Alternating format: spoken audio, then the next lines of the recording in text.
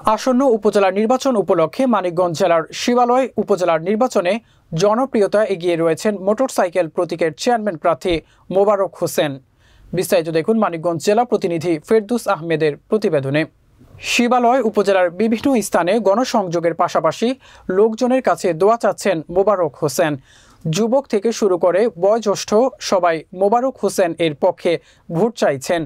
শিবালয় উপজেলার চেয়ারম্যান প্রার্থী মোবারক হোসেন বলেন, স্মার্ট বাংলাদেশ বিনির্মাণে শিবালয় উপজেলাকে স্মার্ট একটি উপজেলায় রূপান্তর করার জন্য আমার নির্বাচনে আসা। আমার ইচ্ছা, আমি শিবালয় উপজেলার মানুষের পাশে থাকব। নির্বাচিত হতে পারলে এই উপজেলাকে আমি উন্নত ও সমৃদ্ধশালী গড়ে তুলব। আমার নাম মোবারক হোসেন পান্না খান। আমি আসন্ন উপজেলা পরিষদ চেয়ারম্যানের প্রতিদ্বন্দ্বিতা করছি। আপনার মার্কাটা? আমার মার্কাটা মোটরসাইকেল।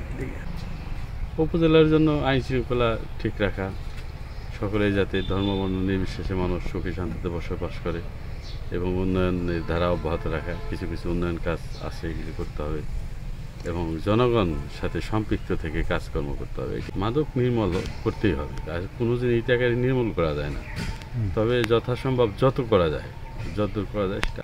উপজেলাবাসী এবার বুঝতে পারছে যে আমি পান্না খান দাঁড়াইছি বলেই ভোটারের কাছে প্রার্থীরা যাচ্ছে। আমি না দাঁড়াইলে এদের এই কদরটা থাকতো না। এই জন্য এরা আমার সাথে আছে এবং শেষ দিন পর্যন্ত আমাদের সাথে থাকবে ভালোবাসা দিয়ে। আপনারা সকলেই উদ্বুদ্ধ হয়ে আমাকে ভালোবেসে আগামী 21 নির্বাচনে আমার মার্কা মোটরসাইকেলে আমাকে ভোট দিয়ে বিজয়ী করবেন। আমি আপনাদেরকে ভালোবাসা দেব, পাশে থাকবো।